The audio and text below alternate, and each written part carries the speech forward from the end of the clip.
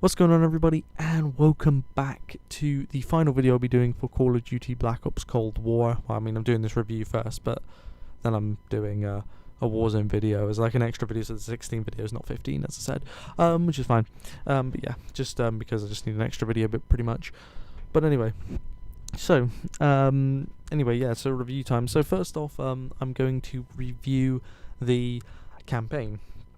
So let's start here. So first off, this is probably the shortest campaign in the history of Call of Duty, most likely. I mean, yeah, it is the shortest one.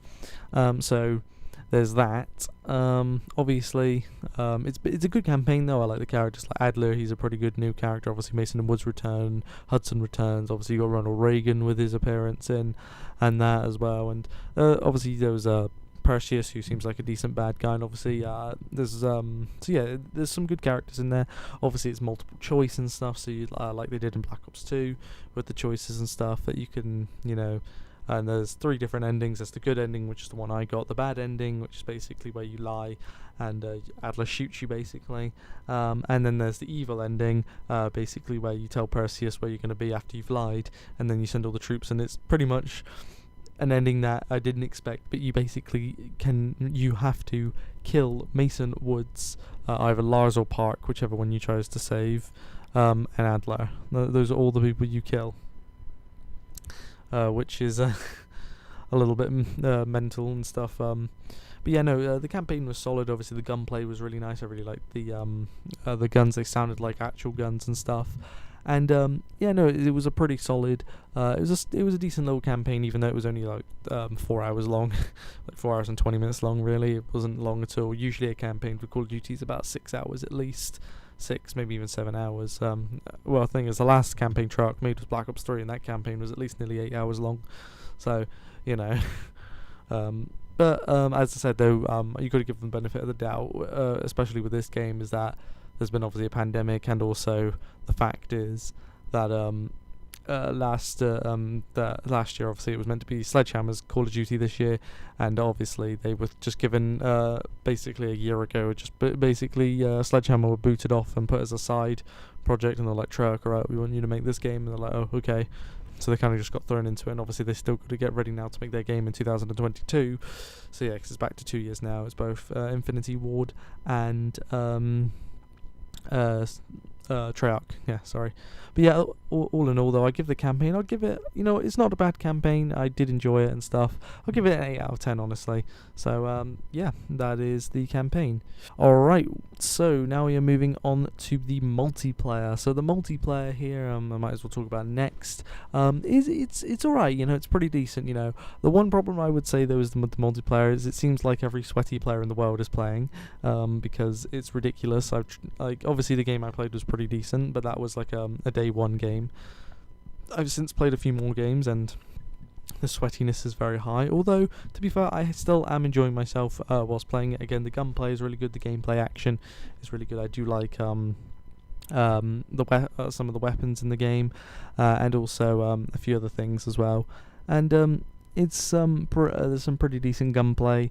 I do think, as I said, the sweatiness could probably die down a little bit maybe, and I do like the health bars at the top, though. I did actually like that in Black Ops 4. That was one of the few things I did like about Black Ops 4. I'm not a huge fan of Black Ops 4, obviously for many reasons I'm not going to go into, but the multiplayer is alright.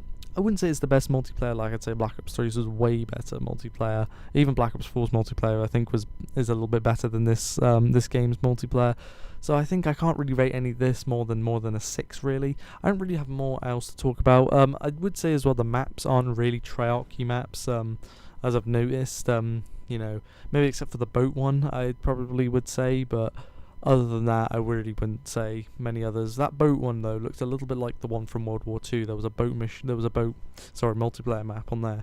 So I probably wouldn't say that. So I'd only give it a 6 out of 10. So I think the multiplayer, honestly.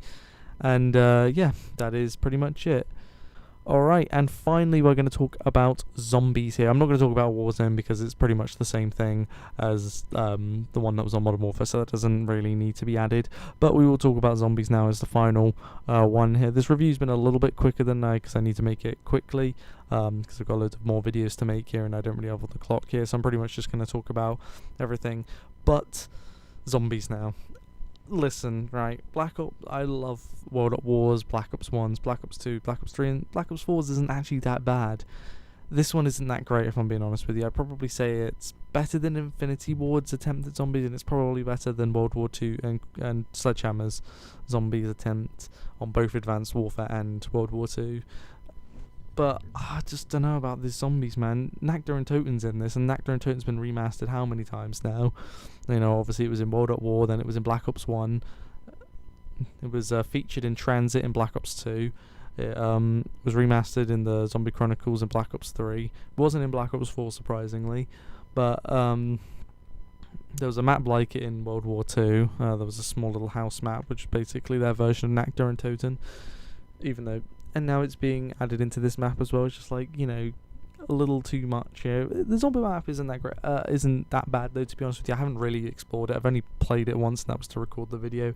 I feel like I'd need to play it with another person really to see if I get any much joy out of it. But I just don't know really. I need to play a little bit more, I feel like, of zombies. I know obviously there's no point. What's the point of reviewing something if you haven't fully dived into it and stuff? But the reason why it's just not. As I said though, I need to make this video quickly now. But you know, I just don't really see much in it of what I really enjoyed. So, yes, it's fun, but it's not really that great. It's probably my least favourite zombies out of all the Treyarch, if I'm being honest with you. But, yeah, I guess that's really all I want to say. The zombies aren't too badly, though, and I think the boss looks pretty good, so I'll give it that. I'll give them that, though. So I give the zombies probably, well, I'd say World at Wars is probably about a 7 out of 10.